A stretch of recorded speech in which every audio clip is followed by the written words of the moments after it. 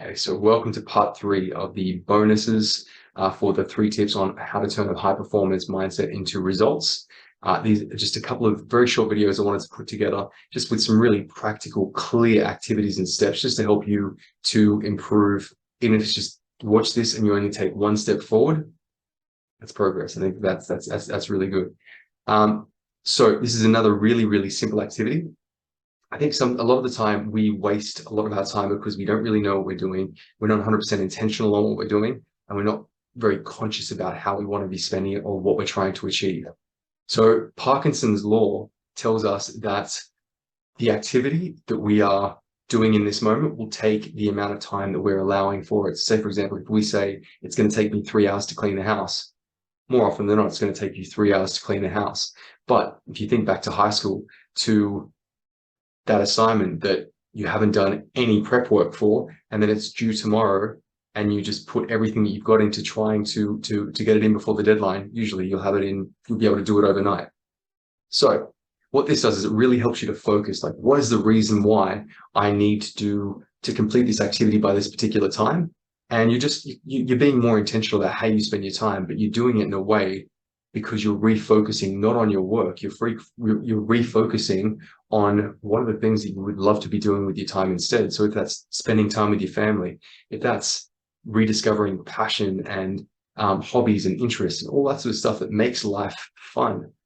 I mean, personally, I got to a stage where all I was doing was working and I completely forgot about having fun. I was just like a robot, and joy, fun, play, all of those things died. I felt like I was dead inside.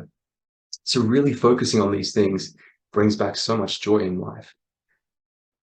And they're just very simple questions. So what we want to do is have a look at these questions. So why is it important to become a high performer and get more done in less time? Because that's ultimately what we're trying to do here.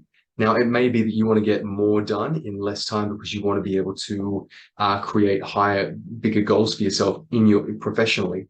But there could also be some space in there to create more things of what you want to do in your personal life as well, and just to create more play.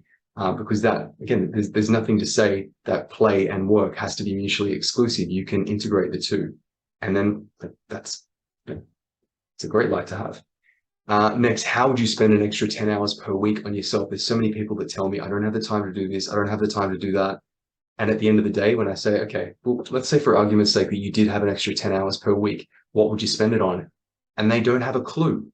So it's like, you really just have to question and challenge sometimes, is it really time that's holding you back from what you want to be doing in life? And how would you be spending it if you did?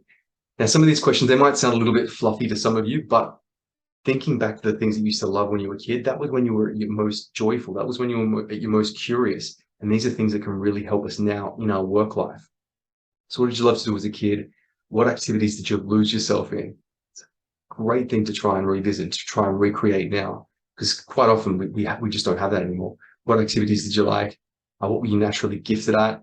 What type of achievements make you jealous in other people? So other people aren't just like that. They're a great source of inspiration for the things that we love ourselves that we might have lost connection with. What did you want to be as a kid? What would life outside of business look like if anything is possible? So again, just some good questions just to get those things, just to get those juices flowing.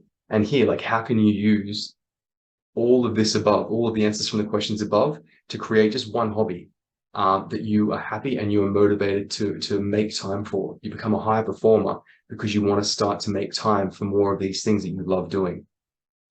Another one that's really important, and one that I was really bad at myself: how do you celebrate? How do you recognize? How often do you recognize the good work that you do? If there was a kid that was doing, if it was your child that was doing lots of really good work, and you never praise them, you never recognize any of the stuff that they did, would make them feel horrible. We've all got an inner child in us that we need to be nurturing at all times.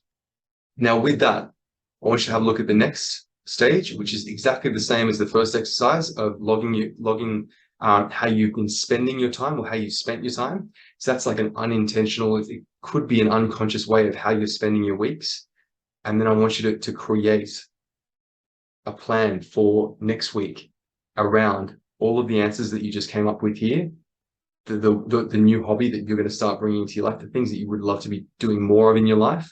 And I want you to plan next week, but plan that week starting with the things that you want to do most first. So family time, interests, all of the things that you do for yourself, that you want to do for yourself again. Plan your week around those things first. And then business, all of the obligations, all the other stuff you have to do after that. But I really want you to just put yourself first in this and just make sure that you're having your needs met. You're really kind of feeding that inner child and you're really doing all the things that you want to do. And then just see how work just sort of fills the rest of the time around it. All right, guys, I hope that was helpful. Again, like this, as soon as you start to have more joy and more play in your life, you have so much more energy for the other things and you become a better performer because you see the world through a different lens. You just have so much energy about you and you understand why you're doing it again rather than just another day in the rat race. I'm just going to come and I'm going to do the same routine that I've been doing every week. So I hope that's helpful. Let me know in the comments if there's anything else you need. And again, look, if there's anything I can do for you, reach out. I'm happy to help you work through whatever you've got at the moment. Thanks, guys. Take care.